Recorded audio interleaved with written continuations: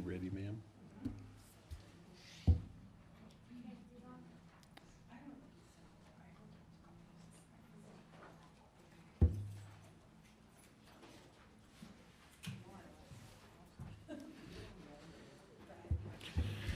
All right.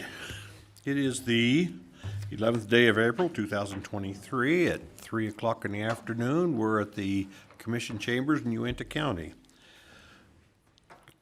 I will excuse Mr. Horrocks. He's out of town on training. And today we will have Heidi Lundberg with the prayer and Melanie Silcox with the Pledge of Allegiance.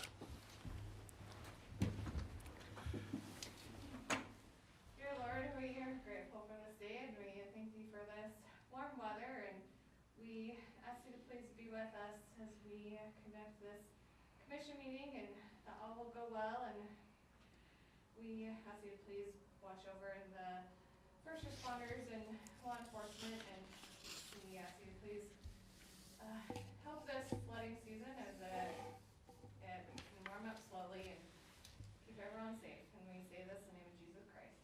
Amen. Amen. I pledge allegiance to the flag of the United States of America and to the republic for which it stands, one nation, under God, indivisible, with liberty and justice for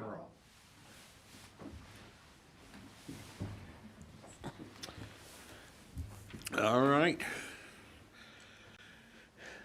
We have requests for approval of the minutes from March 27th work session as well as March 28th commission meeting. I would make a motion that we approve those minutes. And I would second that. All in favor? Aye. Aye. I'm not on. I got it on. Thank you. Okay, Mr. Wilkins, report of warrants.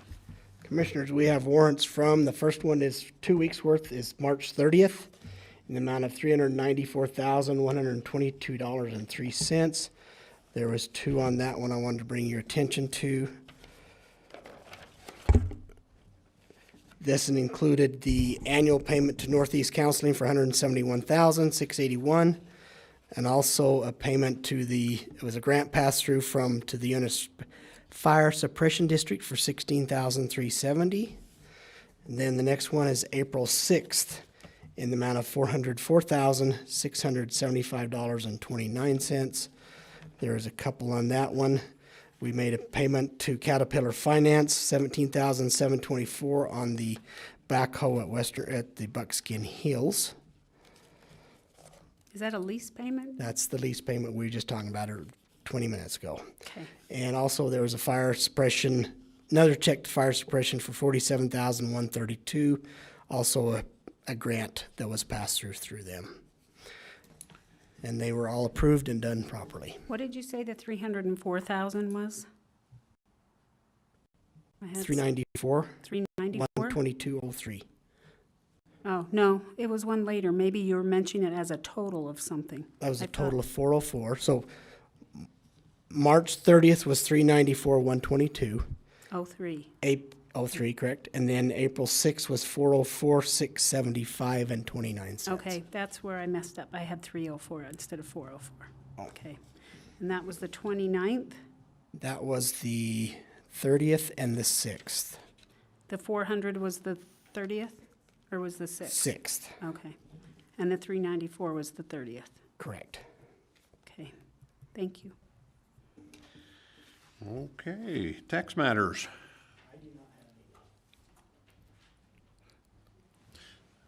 You have any tax matters? None? You could shook your head.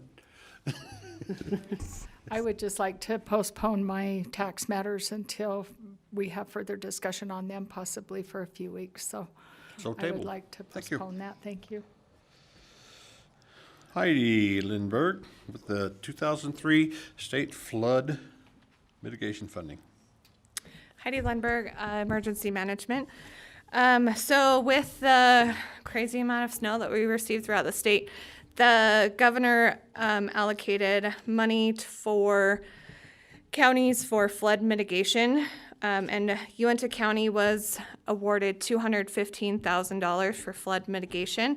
The agreement period is from March 1st through July 31st. And this would just be accepting that grant. And this is state money, not a federal grant or anything like that. Perfect. Okay. Do we need a motion to accept yeah. that? Oh, I so move. And I'll second. I'll have a vote. Aye. Aye. We can spend the money. Do we have to, when we have meetings when the chair is missing, do we have to have a chair, like kind of say something about having a pro tem chairman or anything? Well, we acknowledge that the chair is excused, and I guess if there was a dispute or a question of who was going to run the meeting, then maybe formalize it, but Okay. in the past, the commission's just kind of said, hey, who wants to take it this You, week? chair, okay. Yeah. All right. I know my place. I do what she tells me to do. Okay. Miss Angie Simper for Declaration of Sexual Assault Awareness Month. Angie Simper here with Uintah County Attorney's Office Victim Assistance Program. Will you And move that a little bit closer to you, please? yes, I'm sure, sorry. Thank you. April is Sexual Assault Awareness Month.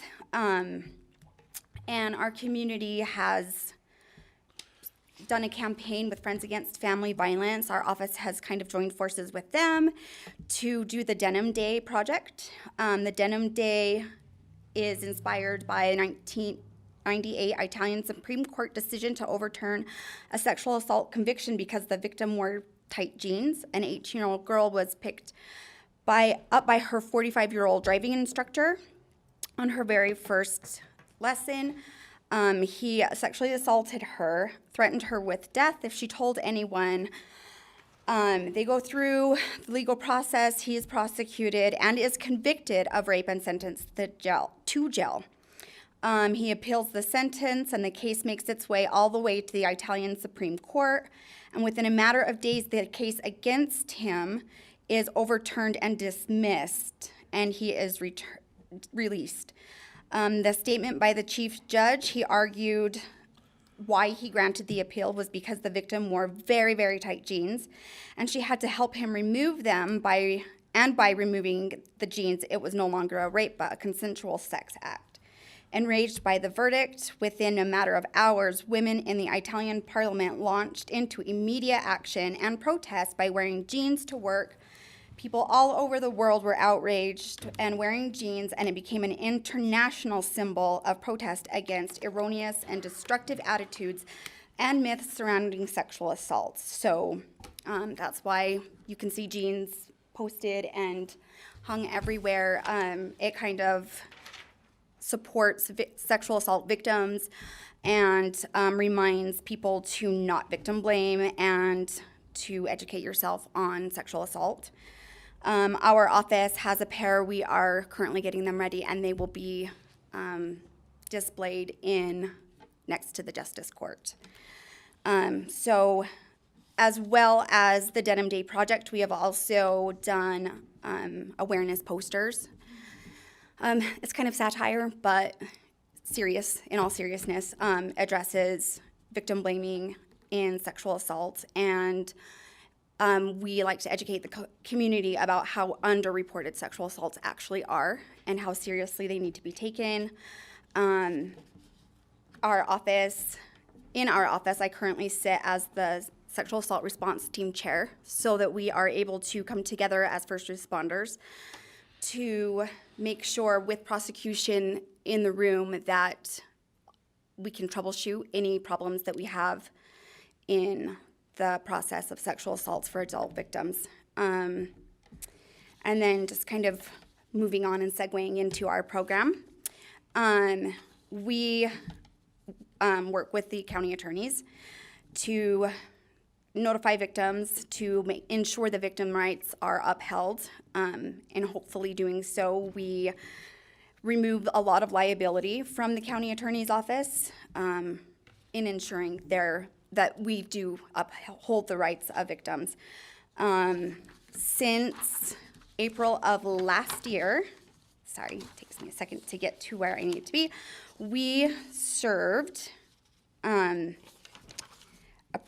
we provided approximately 29,897 services in 1 year for victims in our community. And that is myself and one part-time employee and another full-time employee. So that is a lot of services. We had 2,614 new victims in our office that we provided services for from April of last year to April of this year. So while we do that, keeping that in mind, what we are doing is informing people of important court dates. We keep connected with community resources in order to help victims of crime with housing, food, money, just anything that they may need as their lives are being turned upside down by crimes. We also help victims of crime, of theft, criminal mischief, just any person crime, really. As part of our grant, we have promised to make sure that we do, I just lost my train of thought. Quality control. So we do exit evaluations on all sentencings. Our goal is at least 80% of the people that we are serving to have an exit evaluation so that we can see what's working for people, what's not working for people. This quarter, we were able to do 75% of the cases that were sentenced. And of those 75%, I think we had, oh gosh, where was I? 88% were satisfied with notifications that they received. So 92% said they had all of their questions answered. 94% of the victims said that their answers were responded to in a timely fashion. 98% said that their advocates were respectful and engaging, and 60% said that they were referred to resources, which kind of drives back to some of them are theft cases or criminal mischief, so there's not a lot of resources that we can provide that way, so some of it might not be applicable, and so we'll kind of fix that. We do give people opportunities to discuss in their own words what they liked and didn't like. We do have areas that we could improve. Some of our victims have moved, and so we need to stay updated on services around the state that we could be referring people to. Some people feel like they just need a little bit more attention than other people, so we definitely have room for improvement, which is why we do the exit evaluations so that we can continue to try to improve resources for our community. And I think that is it. Any questions? I would like to say a good job, You but would I'd like much to? rather say I wish you didn't have this job, because I wish we didn't have this problem. I wish we didn't also, but I'm happy to help. And we have a wonderful community that is super supportive and very charitable when it comes to victims of crime. We actually have partnered with college extensions to do our exit evaluations so that we're not the ones that are asking them, how was your services? And making them feel like they needed to, like an unbiased person. So I think it's nice that people are willing to donate their time to help us provide that quality control, so. And if you don't think it happens in our county, 2,614 new victims in That's last a lot year of people. scares me to death. That's a lot of people, and yes. Thank you so much for what you do. Sorry, I was just going to say, I know now because you said what VOC was, what is the A? Is it association, advocates, what is the VOCA? Oh, the stand Victims of Crime Association. for? Association. Okay, thank you. VOCA is kind of our funder. They are our grants, so, Okay, thank you. yes, thank So you. Commissioners, for item number 5, this came up in staff meeting, and we wanted to have Angie come in and talk about this being the Sexual Assault Awareness Month. But it is as a request for the county commission. You can do that by motion if you so choose.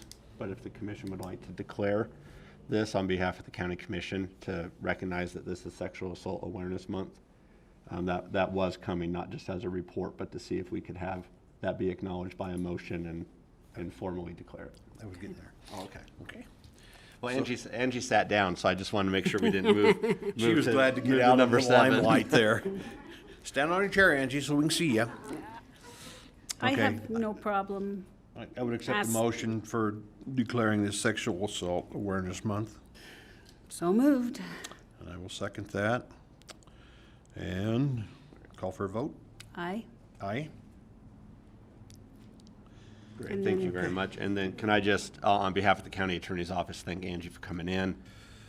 This is one of the heavier parts of our job in the county attorney's office, is dealing with those who deal with sex crimes.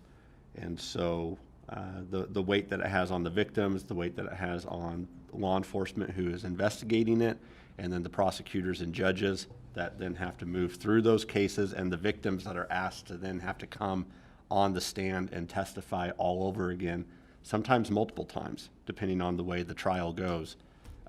I don't think we can do too much to assist those individuals as they go through a very, very trying time in their life. Most that we can't really even comprehend how stressful that is on those victims. So thank you for that. And that's not just is that just for victims of sex crimes, or is it For all this crimes? month, no, for this month, it's a declaration of Sexual Assault Awareness Month. Yeah, I meant VOCA, The sorry. VOCA presentation is for victims. Just more- any more victims of generally. crimes. Okay, Yep. thank you. And I Do we can't- need to do anything then on the VOCA grant presentation? We just had it. That was for a grant presentation. We just had it. We don't have to accept we're it done. or anything, No, approve I it? believe it's actually part of your reporting back to you, that you present to the legislative body, what's been Okay. going on with that program. So it helps her with the grant reporting. Okay, thank you. And I didn't have my mic on for that last bit, so I apologize. I already turned it off. I do want to point out, though, that we got a report that said 2 full-time people and 1 part-time people deal with this. From personal experience in dealing with it, I can tell you right now, they absorb every one of these and they take it to heart. And it's hard on them also. So just be aware that we got nothing but total thanks and respect for you all for doing that. Okay, we have Matt. Oh, he did make it in, okay, for Watershed Work Plan Agreement. All right, Matt Cazier, Community Development Office.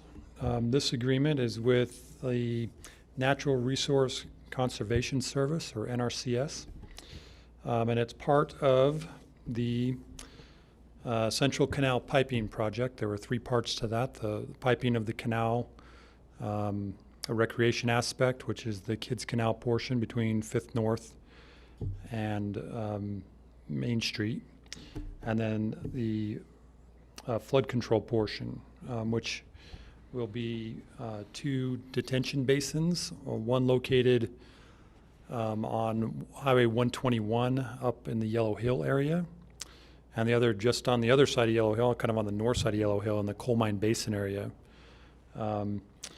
This agreement is for the flood control portion of the project. And with this, the county, we were involved in the recreation portion as well, but this is another portion that we're going to be involved in. And what this does is it lays out the different responsibilities that the county has and what NRCS has. Probably the most notable things that we have as a county in this section is we do have some cost share with NRCS for portions of this project. So that would include $12,000 for project construction administration, and that's 1% of the total cost. And then any permits or anything that need to be obtained would be our responsibility. The estimate on that's $45,000. And then land acquisition, which they have an estimated amount of $254,000.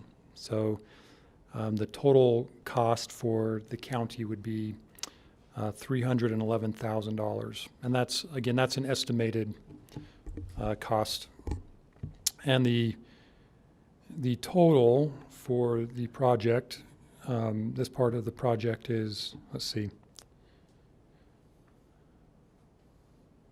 So sorry, it just has a total for the whole project, which is 19 million, but that includes the piping of the canal and everything. So What was it you said that our total, maybe, the estimated total? 311,000.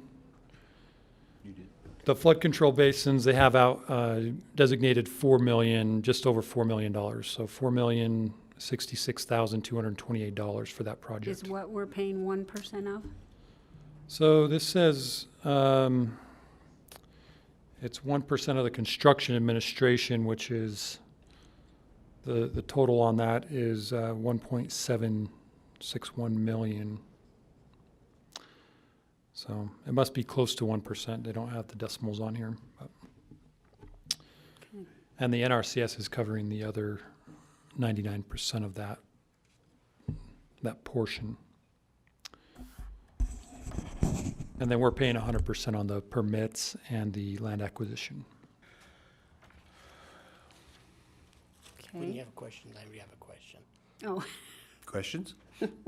Who's coming up with $311,000 Yeah. for this private canal company that we didn't kick in any of that kind of money toward the upper and all the others? Yeah, So- so the money doesn't have anything to do with the piping of the canal. This is for the detention basins that would be installed. oh, up by for Clay, flood control Coal Mine purposes. Basin and Yellow Yeah. Hill? Right. Oh, that's what those are for. So I wasn't part of this when it originally got started. But I think the discussion has been that would come out of the flood control funds, but I don't know. And it may not end up being that much because a good portion of that is through land acquisition. And I have talked with, we're looking at doing one of them on private property. And I have had discussions with that owner, and he is willing to negotiate with the county to donate the property.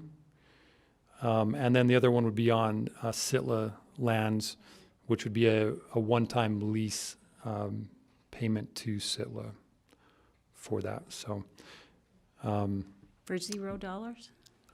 I don't think it'll be $0, but I don't know the exact cost. I did talk with Tyson Todd last week, and he was going to contact. He has been in contact with the lady that's over that portion of Sitla, but he was going to have her get in contact with me, but I just haven't heard back from her yet. So, but he said the way that they had applied for it before was through a lease, which was a one-time payment. But we don't have an amount on that?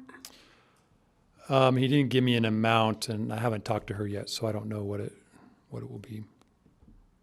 We talked about this yesterday, or didn't we Yeah. not? We did.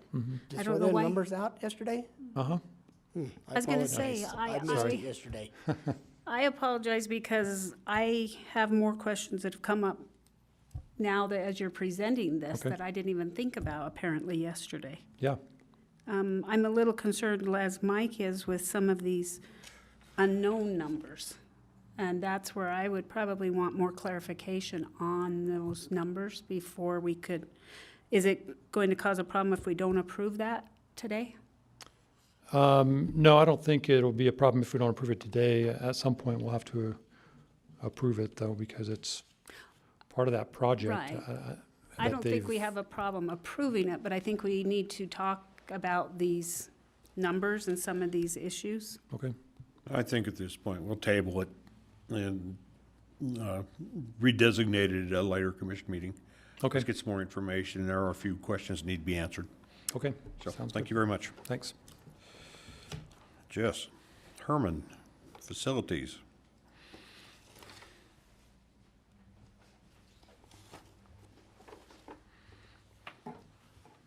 Good afternoon, Commissioners. Jess Herman from Uintah County Facilities. I am here to present the bid from BHI to upgrade our ice rink. We've already did the work session on it, and the bid amount, the GMP is $4,744,333. which will be adding locker rooms and bathrooms and showers and making it so that it's actually a hockey ice rink too. So I'm here just to approve to ask for approval for this contract. I know we've had several meetings on Yeah. this, and one thing I think the public needs to know is by making these improvements, it should also become a year-round facility, is what we're hoping, to make it be able to be used as a multi-purpose facility when the ice isn't there. Yep. I know they've been working on that, Tracy and Mel, so I think this is a great addition and upgrade that's been needed. Yeah. And I think so far, all the plans and everything look really good. I'm excited to see the finished product. That'd be great. The other thing I might add is this went up almost $370,000 for fire suppression. Yeah. When they got to looking at it, we realized we'd skipped over that. So that is another increase that we didn't expect. It And that is. is included in the total you gave us. It is. Right, which also goes along with using it year-round. We added cooling for the summer months so that it can be utilized during Yep. those months. Yep. Okay, thank you. Okay, You bet. do I have a motion? Oh, I would make a motion. We approve the Western Park Ice Rink construction bid in the amount of $4,744,333.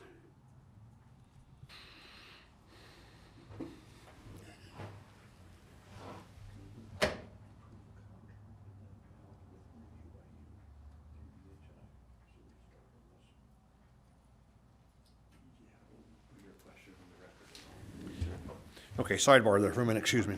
My question is, can we approve not only the bid proposal, but also a contract drawn up between BHI and Uintah County, not to exceed $4,744,333, pending approval by both BHI attorneys and Uintah County attorney? Yes, no, that's a great question. I just wanted to, it was a good question even to, to have on the record, so wanted John Larson to be able to say that. I think here it would be appropriate because we are already under contract with BHI that Yes. they would be our general contractor if we moved forward on the project. So the commission, by this motion, is deciding, yes, we're going to move forward on this project. So that automatically loops in BHI, so we are more in an administrative position to enter into the formal contract with them. So I think if the motion would want to approve that with the pending of attorney review, then we wouldn't have to bring it back to this commission meeting to approve something that we're already contracted, we're already under contract obligation to use BHI if we were going to move forward. So at this point, we're approving the dollar amount, and the signing of a contract would be more of a formality to say we've moved into the next stage of our Into construction. relationship with them. Yep. Okay. Would you like to amend your motion? Yes.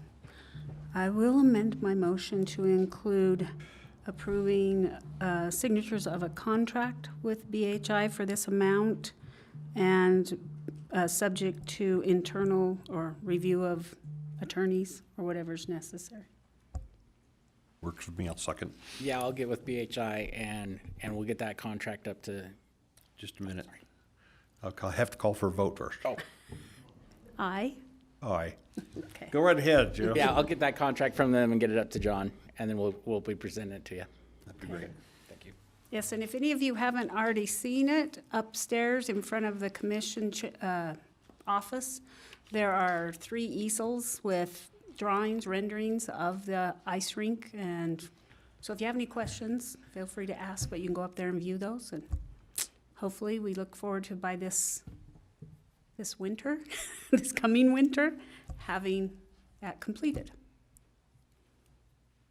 Yeah, I can say a little bit about it. It will, the ice rink will keep running as normal.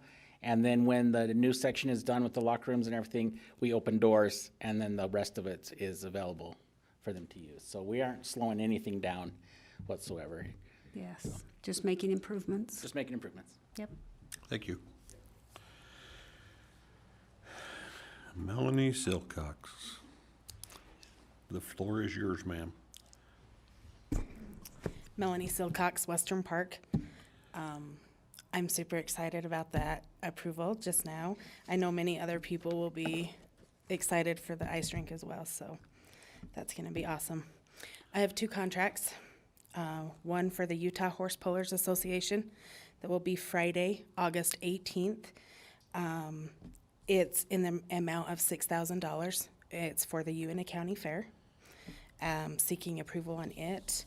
And then one for the fair as well. That's for our hypnotist, Alan Sands, in the amount of $3,000. He will be a 2-night performance, $1,500 each day, Friday and Saturday, and there will be multiple times that he performs those 2 days. The horse pullers would be a 1-night performance. Okay, any questions? Nope. I guess I'm the motion person. Yes, ma'am. Okay, I would like to make a motion that we approve the Utah Horse Pullers Association contract for the county fair in the amount of $6,000. Do we need to do these separate? Or can I do them in one motion? Probably need to do them Okay. separate, just so it's clear on the record. I mean, technically, you can do it all in one motion, but. Okay, well then I'll just do that motion for the horse pullers. And I I would might second add, that. Sonia, John has reviewed both of the, Jonathan Sturmer has reviewed both of these contracts. And if there was any amendments that needed done, they have been done and finalized as far as what he has approved. Thank you for that clarification. I still have my motion for I $6,000. seconded and I called for a vote. Aye. Aye. And I would also make a motion that we approve the hypnotist contract for the county fair in the amount of $3,000. I'll second. Aye. Vote. Aye. Okay, Okay, ma'am. thank you. Okay, it's time for public comment. Do we have any public comments? I see very quiet back there. Oh, wait a minute, we're moving. Nate, the director of the Vernal Area Chamber of Commerce. I just want to take the time and let you know how our business symposium went. Business symposium was this last Thursday and Friday. We're grateful that it took place and that it's, in my opinion, it was extremely successful. We brought in over 50 to 60 different individuals from the state and other areas of rural Utah. Had the opportunity to host them. Not only that, we had a lot of other businesses and other organizations take part in that as well. We had 200 plus individuals, and we had a lot of wonderful instruction, a lot of booth time available as well. Also introduced an event called the Taste of Vernal, where we were able to reach out to, and I'm sure if you attended that, reach out to different businesses that might not be necessarily in the spotlight for a lot of people. They might not be aware of other services that they offer. For example, Uintah Packing, a lot of people think that they're a meat processing plant, which they are to some extent, but they also offer a lot of other services. And so those were displayed at that time. We also took a tour up to the Simplot mine and the potential ski area up on top. PTA was gracious enough to offer their bus services as well. And we took those individuals up there. We had probably around 40 plus individuals go on that tour. And they were able to see what can be done in combination with great communication between business and UDOT as well. So really appreciate everybody's support. Was a fantastic event for those that came, and look forward to doing many more things like that in the future. So thank you. Now, you mentioned the business symposium, but there was also the Rural Utah Chamber, Yes. right? So Coalition? is So it? the Rural Utah Chamber Coalition was recently organized about a year ago through Joel Brown. And I was asked to host the first annual Rural Utah Chamber Coalition Conference. And this year it was held here in Vernal, Utah. By the way, they love your facilities. And that's what they talked about a lot. They thought the event was very well done. The whole purpose of that was to bring in organizations and resources that can help businesses develop in different ways, either internationally or statewide or locally as well. And so a lot of people were concerned that this is a mobile event. Next year it will be happening in Bear Lake. However, the business symposium will be something that takes place here, and it will be tailored after what we did this year as well. And so hopefully we put the concerns at ease a little bit by letting them know, no, this event will still be here. RUC will move, but we'll stay here, so. And the business symposium, is that put out to the whole state, or is that more just for our local businesses and stuff? So the business symposium is just for our local area. It is advertised to Duchesne County, parts of western Colorado, as well as southern Wyoming as well. So we try to partner with the different areas that are around that can use that information as well, so. Great, yes. We attended, both of us attended Yes, most of that. thank you. And I applaud you. I think you did a great job. It was a great event. Had a lot of people there, people from outside the area attending as well. And I think it was very well organized and put on. And just for your information, we have also, I made an announcement there, we will be partnering with the WLI, which is the Women's Leadership Institute, which is a well-known organization throughout the state of Utah. And their purpose is to go into an organization and seek out women that may or may not have opportunities to progress within their organization, and provide an 8-month training course to them, 4 hours a day every month. And so we'll be hosting that here, and can, you know, we'll probably partner with the Innovation Hub to host it there. And we will have a cohort, the first that will be web-based, which will be fantastic. And they're going to host it here in Uintah County for all of Duchesne County, all of Daggett County, and other areas as well. So we'll partner with them. We're also going to be partnering with Impact Utah to do a competition here in the Valley with businesses to help promote growth and development as well. So Great. just an update. In conjunction with our Rise and Thrive speed pitch Yep. thing? Wow. So we also incorporated, the winner of the People's Choice Award was able to go to the conference and introduce what they did to become the People's Choice Award winner of the speed pitch competition, and also introduce the next set of speakers, which her name is Ellie, and she did a fantastic job. She's So, 16. yeah, she's really young. So She did excellent for a Yeah. 16-year-old in front of that many people. she did a great job. So Yes. anyways, My only complaint is I didn't have enough room for all the food I wanted to eat, I know.